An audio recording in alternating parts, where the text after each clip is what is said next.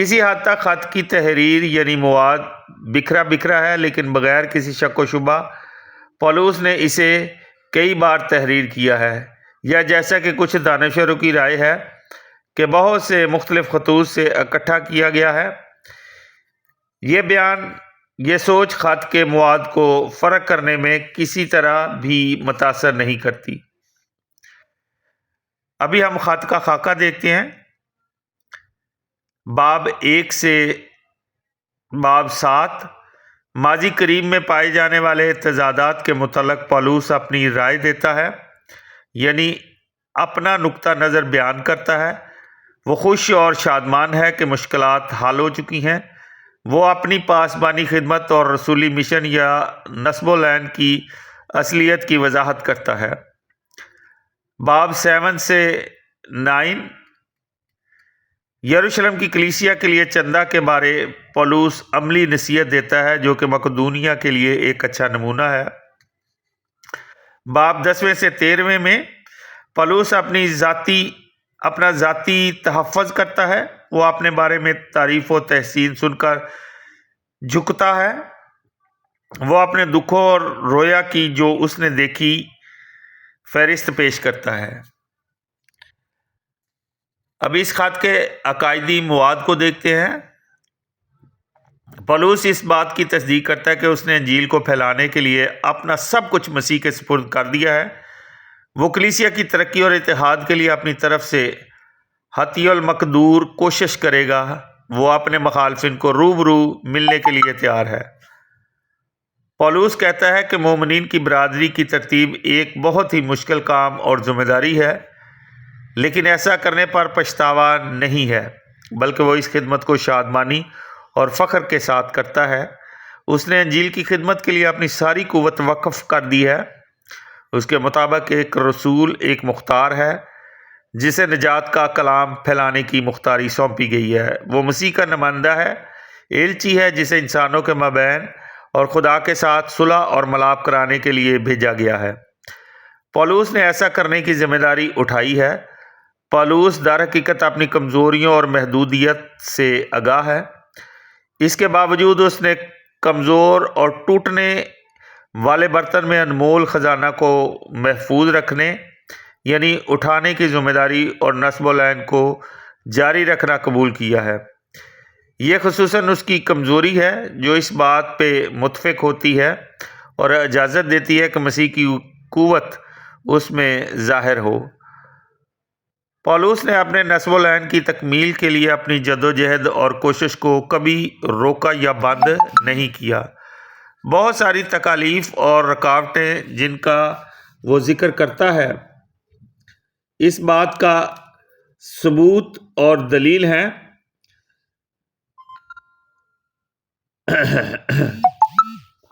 اور اس بات کا دلیل ہے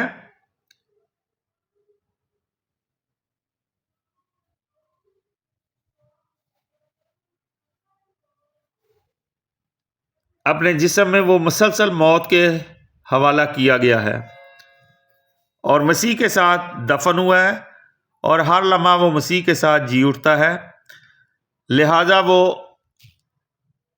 اپنے جسم میں مسیح کی موت اور جی اٹھنے کے بھید کو زندہ رکھتا ہے۔ وہ اس کا تجربہ کرتا ہے۔ پولس کے لیے جو کام سب سے پہلے ہے وہ مسیح کے ساتھ مسلسل اتحاد اور یکجہتی ہے۔ اسی میں اس کے اعتماد اور قوت کا سرچشمہ پنہاں ہے۔ جیسے جیسے ہم خط کو پڑھتے ہیں ہم ایک نرم و نازک لڑی کی طرح اس میں پائے جانے والا متذکرہ تعلقات کو مسیح، روح القدس، خدا باپ اور کلیسیا کے درمیان پولس کی نگاہ سے دیکھ سکتے ہیں۔ مسیح خدا باپ کا عکس ہے۔ وہ طاقتور کلمہ ہے جو باپ کو ظاہر کرتا ہے۔ وہ نیا آدم ہے، تمام نسل انسانی کا سر ہے، جو بپتسمہ کے ذریعے نئی بن چکی ہے اور قبل از وقت مسیح میں زندہ ہو چکی ہے۔ روح القدس انسانوں کے دلوں میں کام کرتا ہے۔ وہ خدا کا کلام پتھر کی لوحوں پر نہیں بلکہ انسانوں کے دلوں پر لکھتا ہے۔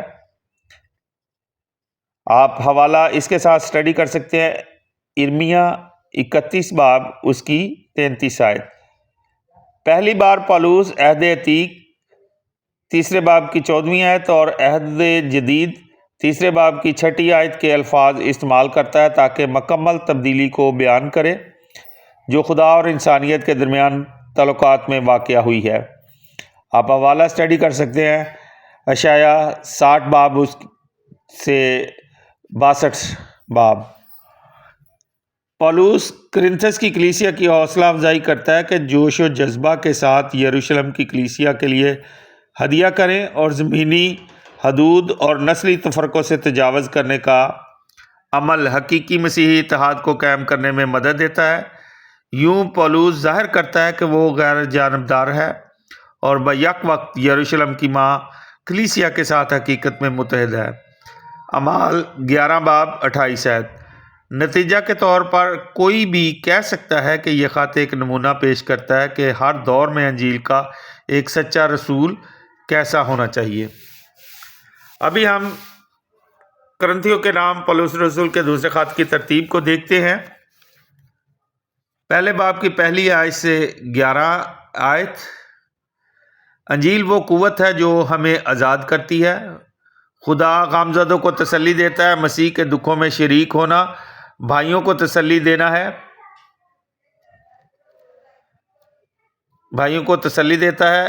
اب ہم اس کے حصوں کو دیکھتے ہیں۔ پہلا حصہ پہلے باب کی 12ویں آیت سے دوسرے باب کی 17 آیت۔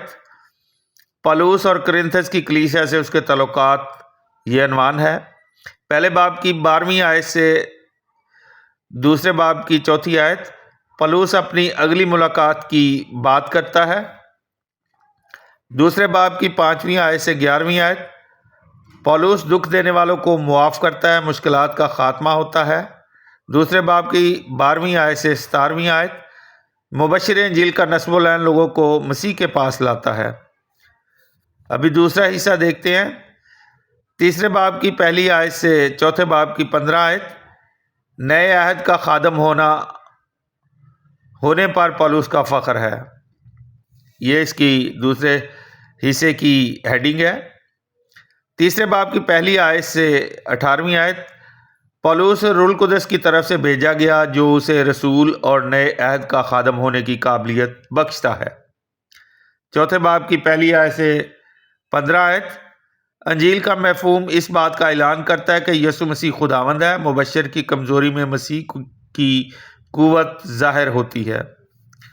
ابھی ہم تیسرے حصے کو دیکھتے ہیں جو چوتھے باب کی 16 آیت سے چھٹے باب کی 13 آیت تک ہے۔ مسیح کے ایلچی کا نصب العین، یہ اس کی جو ہے سبجیکٹ ہے۔ چوتھے باب کی 16 آیت سے 5ویں باب کی 10ویں آیت۔ موجودہ دکھ اور اذیتیں ہمیں مستقبل میں جلال کے لیے تیار کرتی ہیں۔ رسول اپنے آپ کو اس فانی دنیا سے آگے مسیح میں جلال پانے کے لیے تیار کرتا ہے۔ 5ویں باب کی 11ویں آیت سے 17 آیت۔ جب ہمارا زمینی مسکن فنا ہوتا ہے ہمیں آسمان میں ایک ابدی مسکن ملے گا۔ جو بھی مسیح کے ساتھ منسلک ہے عصر نو پیدا ہوا ہے، پرانی چیز گزر چکی ہے، ان کی جگہ نئی آ گئی ہیں۔ 5ویں باب کی 18ویں آیت سے چھٹے باب کی 13 آیت۔ خدا نے ملاپ اور صلح کرانے کی خدمت ہمیں سونپی ہے۔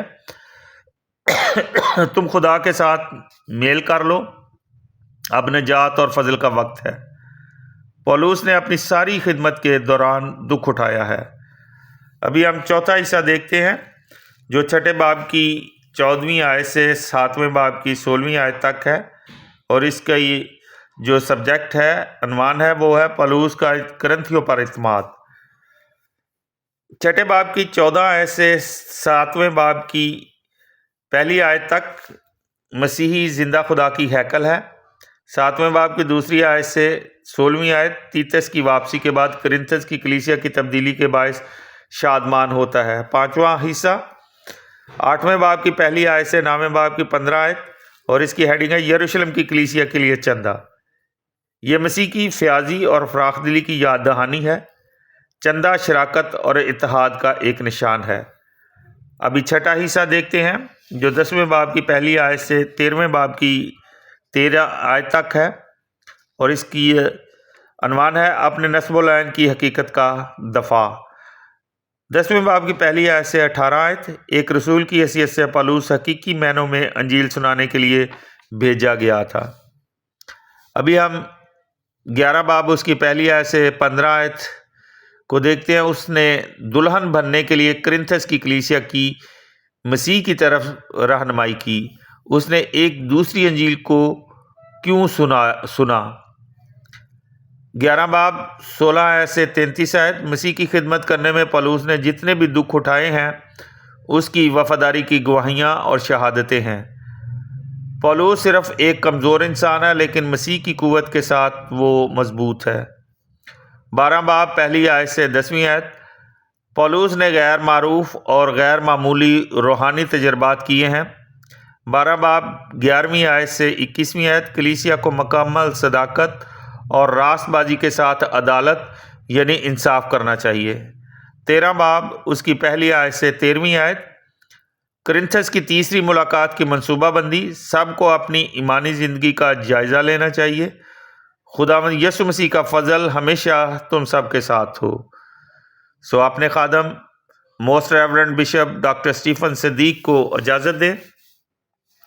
نیکسٹ بائبل اسٹڈی کے ساتھ آپ کی خدمت میں دوبارہ حاضر ہوں گا۔